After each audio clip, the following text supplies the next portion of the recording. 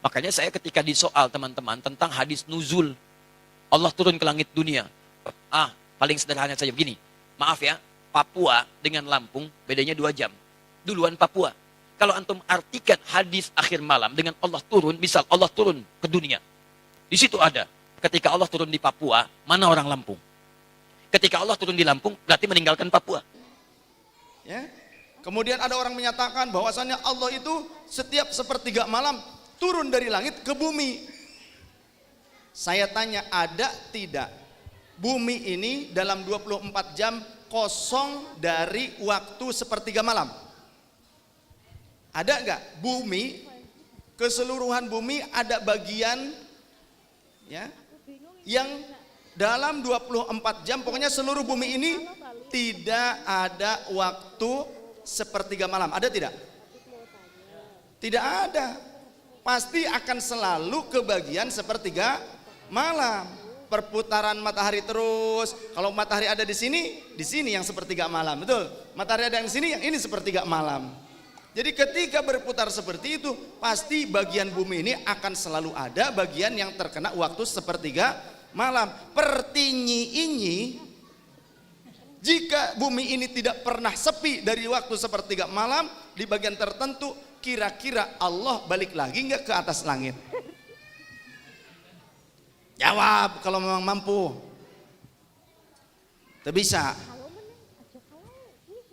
Orang yang menyatakan Allah setiap sepertiga malam Allah turun ke bumi. Kemudian kalau sudah lewat sepertiga malam Allah naik lagi ke langit.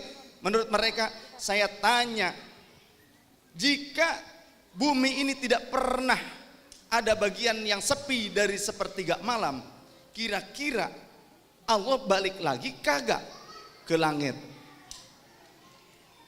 Hah? Berarti kan di bumi terus berarti. Karena terus ngitarin yang sepertiga malam. Hah? Ini pemahaman yang kacau. Kacau ini namanya. Katanya di aras. Tapi sepertiga malam ke bumi turun dengan jisimnya. Dan di bumi tidak pernah sepi dari waktu sepertiga malam. Artinya terus bagian bumi tertentu selalu ada yang terkena bagian sepertiga malam. Berarti Allah nggak balik-balik, terus aja di situ di bumi jalan-jalan begitu. Naudzubillah. Justru itu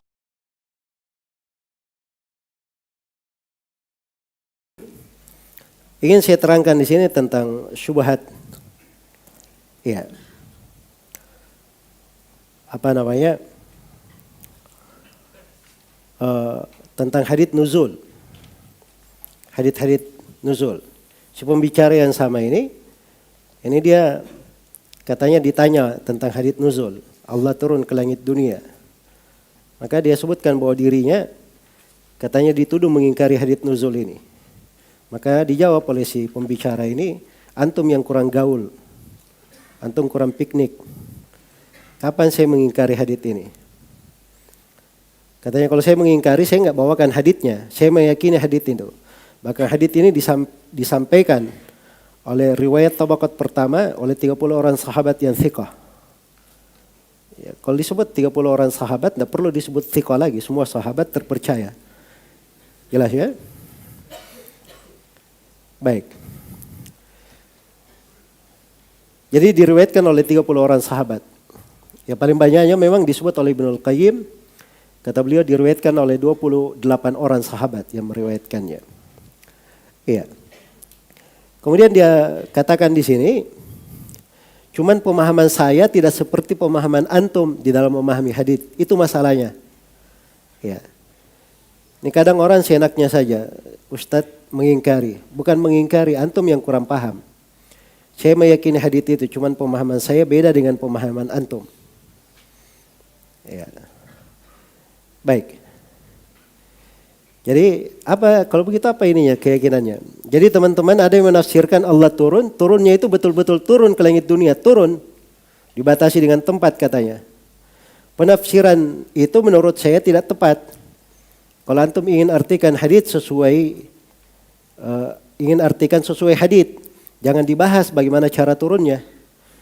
Sudah biarkan dengan haditsnya. Tapi antum katakan turun ke langit dunia benar-benar turun, berarti Allah menempat. Nah, itu mujassam.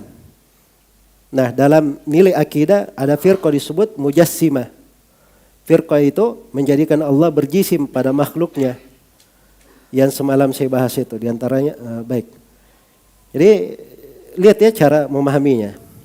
Jadi kalau ada orang yang mengambil zahir hadits, teksnya di riwayat Bukhari Muslim, yanzilu rabbuna ila sama'id dunya. Rabb kita turun ke langit dunia. Fi thuluthul lailil akhir, pada sepertiga malam terakhir. Pada sepertiga malam terakhir. Qala, kemudian Allah berfirman, hal min sa'ilin fa'utiyah, apakah ada yang meminta aku beri permohonannya? Hal min da'in fastajibalah, apakah ada yang berdoa aku kabulkan untuknya? Hal min mustaghfirin fa'aghfiralah, apakah ada yang mohon ampun aku akan ampuni untuknya? Jadi ini ketika orang baca Rabb kita turun ke langit dunia, orang yang membacanya cukup diartikan saja Allah turun ke langit dunia. Itu kan penafsirannya sebagaimana yang dikatakan oleh Sufyan Ibnu Uyainah. Tafsirnya baca saja, seperti itu yang diyakini. Turun ke langit dunia, turun benaran. Iya. Jelas ya? Bagaimana turunnya? Inilah letak permasalahan dia. Sebab dia pahami seperti dirinya turun. Ya, makanya langsung dia beri konsekuensi. Kalau begitu Allah itu perlu tempat. Kalau begitu Allah itu berjisim. Itu dia masukkan sendiri dirinya ke masalah. Ya. Karena asalnya dia sudah apa? Sudah berpemikiran mujassima juga. Tapi repotnya dia tuduh orang mujassima. Ya. Dia tuduh orang mujassima. Dan ini tidak benar ya. Tidak benar. Baik. Terus masalah lainnya katanya. Ini dia sebut juga di antara masalah lain. Iya. Dia kasih contoh sederhana begini. Yang di Papua dengan Lampung beda 2 jam. Duluan Papua. Kalau antum artikan hadits akhir malam dengan Allah turun, misalnya Allah turun di dunia, di situ ada. Ketika Allah turun di Papua, mana orang Lampung? Ya. Ketika Allah turun di Lampung, berarti meninggalkan Papua. Sedangkan sifat Allah meliputi seluruh alam, tidak dibatasi dengan tempat. Nah ini sudah paham ya, letak kekeliruannya memahami di mana. Sebab dia selalu ukur dulu dengan dirinya sendiri kayak begitu. Ya. Itu kan makhluk seperti itu. Ini berbicara tentang Allah, jangan serupakan Allah dengan makhluk. Jelas ya? Allah itu maha mampu atas segala sesuatu. Bisa melakukan hal-hal yang makhluk itu tidak bisa melakukannya. Iya. Baik. Kemudian dan di dalam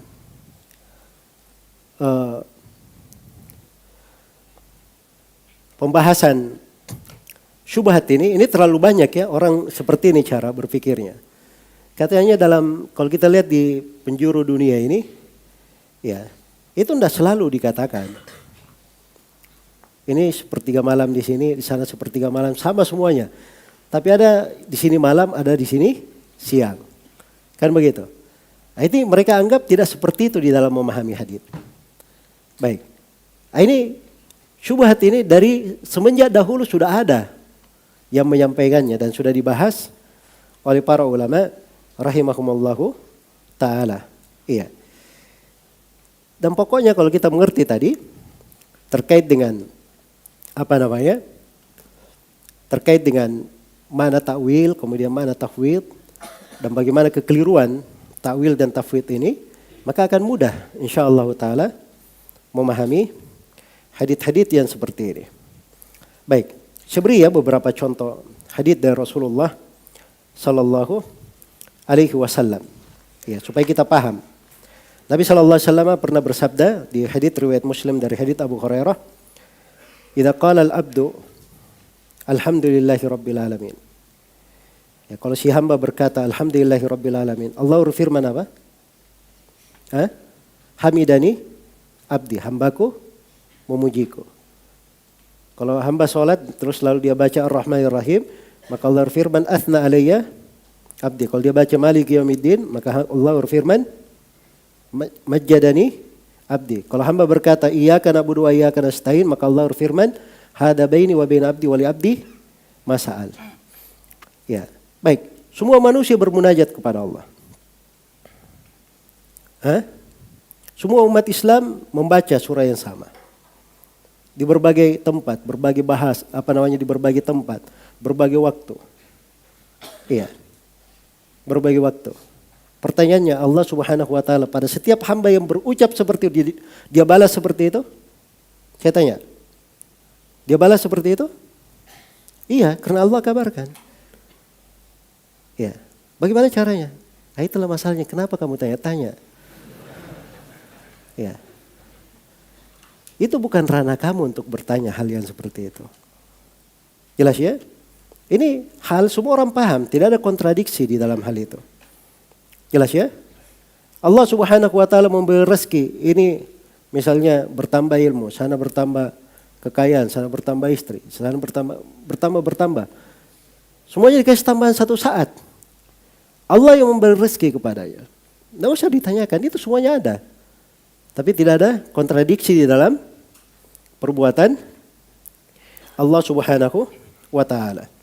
Baik, lebih daripada itu ini matahari ya. Kita lihat matahari.